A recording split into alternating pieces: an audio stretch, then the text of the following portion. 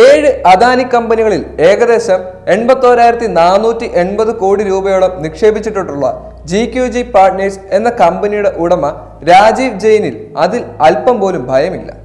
US prosecutor അദാനിയുടെ green energy ലിമിറ്റഡിനെതിരെ കൈക്കൂലി ആരോപണം ഉന്നയിച്ചിട്ടും താൻ അദാനി കമ്പനിയുടെ നിക്ഷേപിച്ച ഒരു ചില്ലിക്കാശ് പോലും തിരിച്ചെടുക്കില്ലെന്നും അദാനിയിൽ അത്രയും വിശ്വാസമാണെന്ന് രാജീവ് ജെയിൻ കാരണം അദാനി കമ്പനികളുടെ അടിത്തറ കരുത്തുറ്റതാണെന്നും രാജീവ് ജെയിന്റെ വിലയിരുത്തൽ വന്നിരിക്കുന്നത്. പണ്ട് ഹിൻഡൻബർഗ് റിസർച്ചിന്റെ ആരോപണത്തെ തുടർന്ന് അദാനി ഓഹരികളുടെ വില 81% ഇടിഞ്ഞപ്പോൾ GQG 4 അദാനി കമ്പനികളിലായി നിക്ഷേപിച്ച 15,400 കോടി രൂപയാണ് അന്ന് അദാനി ഓഹരികൾക്ക് ഊർജം പകർന്നത്. അദാനി ഓഹരികൾ തിരിച്ചു കയറിയതോടെ അന്ന് രാജീവ് ജെയിന്റെ നിക്ഷേപം പല മടങ്ങായി വർദ്ധിച്ചിരുന്നു. ഹിൻഡൻബർഗ് റിസർച്ചിന്റെ 413 പേജിലുള്ള റിപ്പോർട്ടിനെ തുടർന്ന് അദാനി ടോട്ടൽ ഗ്യാസിന്റെ ഓഹരി വില 3,139 രൂപയിൽ നിന്നും 571 രൂപയായി. അദാനി ഗ്രീൻ എനർജി 2,000 രൂപയിൽ നിന്നും 485 രൂപയായി താഴ്ന്നു.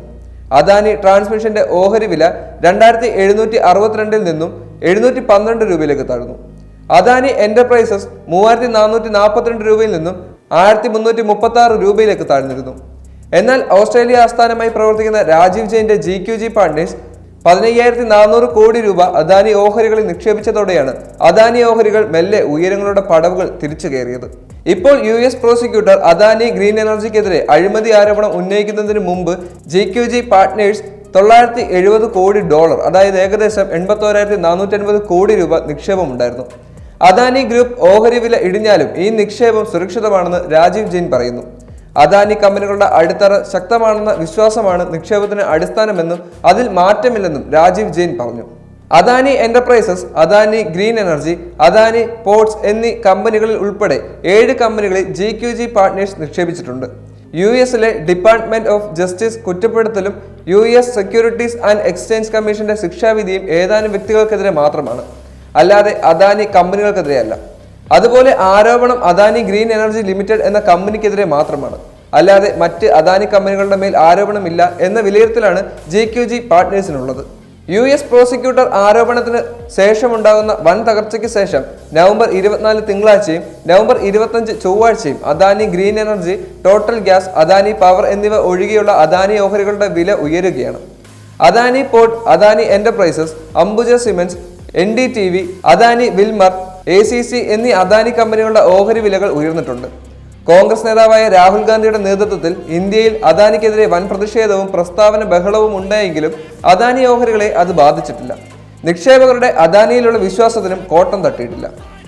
ഡീപ് സ്റ്റേറ്റും ജോർജ് സൊറോസും ഉൾപ്പെട്ട ഗ്രൂപ്പ് ഇന്ത്യയിൽ മോദി സർക്കാരിനെ വീഴ്ത്താനുള്ള അജണ്ടയുടെ ഭാഗമായി കൊണ്ടുവന്ന ആരോപണങ്ങളുടെ തുടർച്ചയായി അവരുടെ സ്വാധീന മേഖലകളിൽ എല്ലാം പ്രശ്നങ്ങൾ സൃഷ്ടിക്കാൻ ശ്രമിക്കുന്നുണ്ട്. കെനിയായി അദാനിക്ക് ലഭിച്ച ഊർജ്ജ കരാർ റദ്ദാക്കാൻ ആവശ്യപ്പെടുകയാണ്.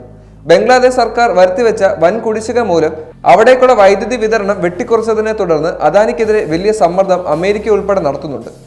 എങ്കിലും അതൊന്നും അദാനിയുടെ വളർച്ചയ്ക്ക് വിഘാതമാകില്ലെന്ന് രാജീവ് ജെയിൻ പറയുന്നു. ആകെ വൻ വികസനത്തിനായി ഭാവിയിൽ ഫണ്ട് തേടുമ്പോൾ ചില പ്രതിസന്ധികൾ മാത്രമാണ് അദാനിക്ക് നേരിടേണ്ടി വരിക, പ്രത്യേകിച്ച് അമേരിക്കയിൽ നിന്നുള്ള കമ്പനിയുടെ വ്യക്തികളുടെയും ഫണ്ടിംഗ്. പക്ഷേ ഇന്ത്യയിലെ സ്വകാര്യ ബാങ്കുകളോ പൊതുമേഖലാ ബാങ്കുകളോ അദാനിക്ക് ഫണ്ട് നൽകുന്നതിൽ യാതൊരു നീരസവും ഇതുവരെയും പ്രകടിപ്പിച്ചിട്ടില്ല. അതിനാൽ ആ ഫണ്ട് വെച്ച് അദാനി വികസന പദ്ധതികൾ നടപ്പാക്കുമെന്നാണ് ഇപ്പോൾ പ്രതീക്ഷിക്കുന്നത്. എന്തായാലും ജനുവരി 20-ന് ട്രംപ് വരും. അതോടെ അദാനിക്കെതിരായ ജോ ബൈഡന്റെ ഡെമോക്രാറ്റിക് പാർട്ടിയിലെ ചിലരും ജോർജ് സോറോം അദ്ദേഹത്തിന്റെ ശൃംഖലകളും നടത്തുന്ന യുദ്ധം ദുർബലമാക്കുമെന്നാണ് പ്രതീക്ഷ. അതുവരെയുള്ള നാളുകളിൽ കടുത്ത അഗ്നിപരീക്ഷകളായിരിക്കും അദാനി നേരിടേണ്ടി വരിക. അപ്പോൾ പോലും അമേരിക്കയിലെ പ്രോസിക്യൂട്ടറുടെ ഉത്തരവുകൾക്കും ശിക്ഷാവിധികൾക്കും ഇന്ത്യയുടെ അതിർത്തിക്കകത്ത് നിയമസാധുത ഇല്ലാത്തതിനാൽ അത് വെറും കടലാസ് മാത്രമാവുകയും ചെയ്യും.